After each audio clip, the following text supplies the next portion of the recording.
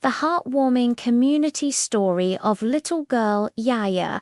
Beside the small garden in the community lived a little girl with dreadlocks, and everyone called her Yaya. She has a pair of bright, big eyes. When she smiles, two tiny tiger teeth show. Her pockets are always filled with crushed cookies for little animals. In her hands, she often carries a small flower basket sewn by her mother. The basket is either filled with her own toys or small items bought for the neighbor's grandma. Wherever she goes, she seems to be carrying a little son. That early morning, Yaya carried a small flower basket to buy milk. Just as she reached the ground floor, she saw Grandma Zhong squatting at the entrance of the unit, sighing. Grandma Zhong's vegetable basket had a hole in it, and the small green vegetables she had just bought fell all over the ground. When she bent down to pick up the vegetables, her walking stick almost slipped. Yaya hurried over and handed the small flower basket to Grandma Zhong, saying, "Grandma, use my basket to carry the vegetables. My basket is so sturdy," while helping Grandma Zhong pick up the green vegetables. She supported her to stand up slowly and also shared the crushed biscuits in her pocket with Grandma Zhong's little cat. Grandma Zhong patted Yaya's head and smiled. "Yaya is such a good child. She's even more considerate than my little grandson." In the morning, the sun was slowly rising. Yaya was playing with building blocks in the small garden when suddenly she heard a soft woo cry. It was Dodo, the little brother who had just moved to the community.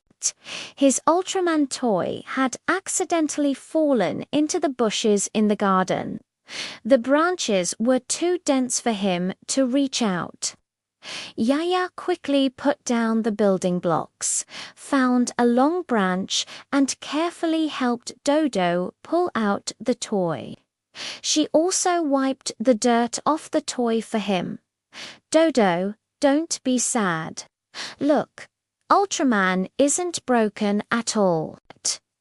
Dodo held a toy and played with building blocks along with Yaya.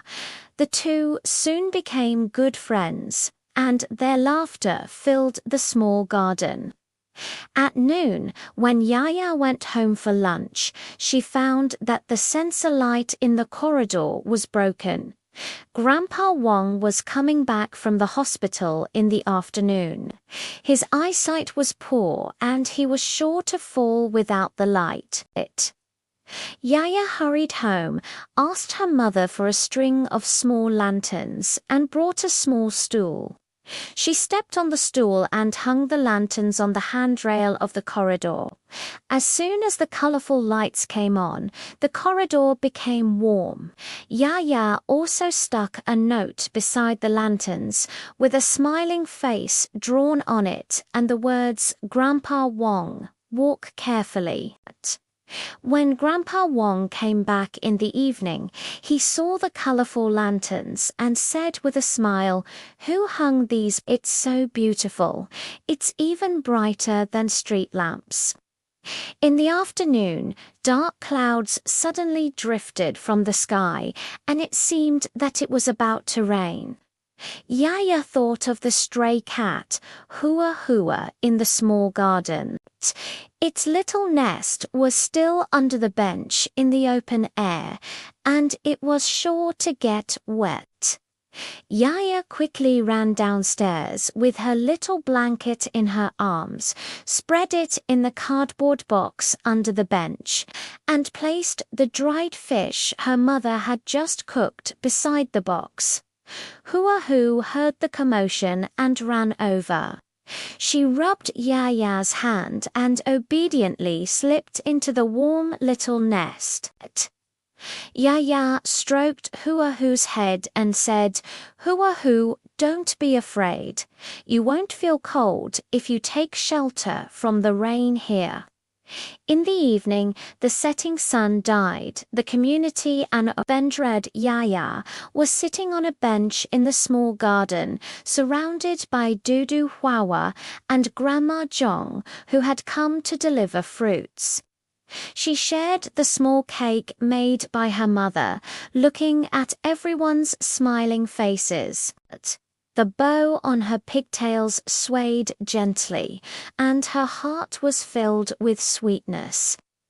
Suddenly, she felt that all she had done were small things, helping Grandma Zhong carry vegetables, helping Dodo find toys, hanging colorful lights, and building a nest for Wawa.